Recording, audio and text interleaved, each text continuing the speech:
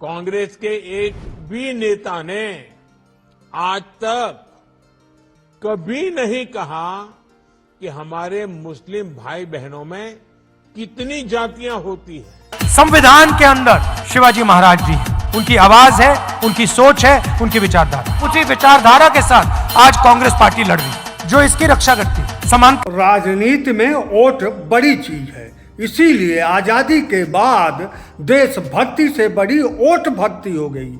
और वोट भक्ति का भी एक शास्त्र है और जिसे राजनीति शास्त्र कहते हैं, इसे ध्यान से सुनिए। भारत में वोट के आगे और वोट के पीछे कुछ नहीं है। इस वोट प्रेम के आगे देशभक्ति भी भारत में इसे प्रणाम करती है, नतमस्तक रहती है।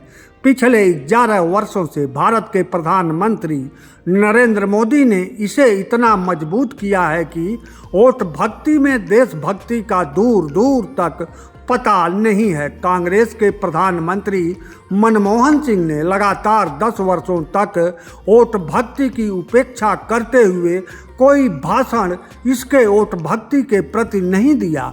मनमोहन की छवि बनाई तो वोट भक्ति ने मनमोहन सिंह की देशभक्ति को पटक दिया और आज वोट भक्ति का चहुओर बोलबाला पहले से भी ज़्यादा है।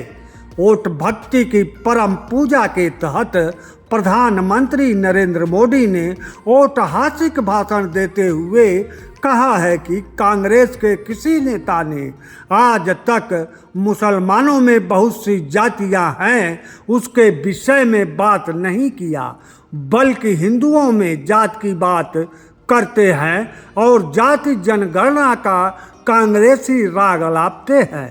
प्रधानमंत्री ने जाति जनगणना कराने वाले बिहार के मुख्यमंत्री नीतीश कुमार के साथ सरकार चलाते हुए यह भाषण दे रहे हैं। प्रधानमंत्री नरेंद्र मोदी ने भाषण में यह नहीं कहा कि जाति आधारित जनगणना केवल हिंदुओं में होगी, मुसलमानों की जाति आधारित जनगणना नहीं होगी। प्रधानमंत्री नरेंद्र मोदी ऐसी सरकार के मुखिया हैं जिस सरकार में भी कांग्रेस सरकार की तरह जाति आधारित आरक्षण चालू है।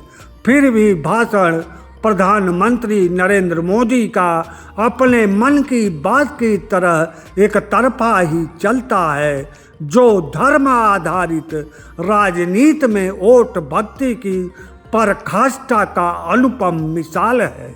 यह दशक राजनीति शास्त्र में पाठ्य पुस्तकों में वोट प्राप्ति के तरीके के रूप में याद कराया जाएगा।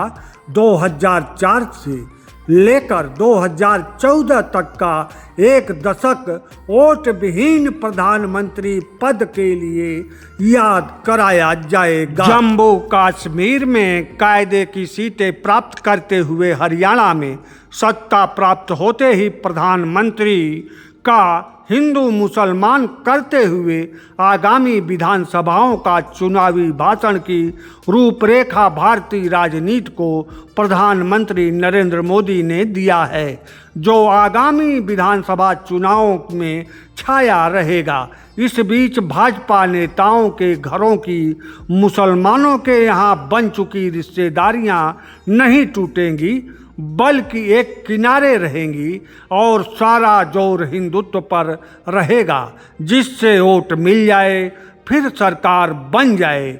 इस दौरान गृह मंत्री अमित शाह कहीं भी मुहर्रम और ईद पर मुफ्त का रसोई सिलेंडर नहीं देंगे। ना ही प्रधानमंत्री नरेंद्र मोदी ईद पर आए अपने घर आए सेवैयाँ खाकर सो जाने वाली बातों का जिक्र करेंगे। अमित शाह और नरेंद्र मोदी जी इस दौरान कांग्रेस के केवल मुस्लिम प्रेम रिश्तेदारियों का गाथा सुनाएंगे। राहुल गांधी में तमाम कमियां हो सकती हैं, लेकिन वोट भक्ति में नरेंद्र मोदी जी से मिलियन पीछे हैं और अमीरी प्रेम में ट्रिलियन पीछे हैं।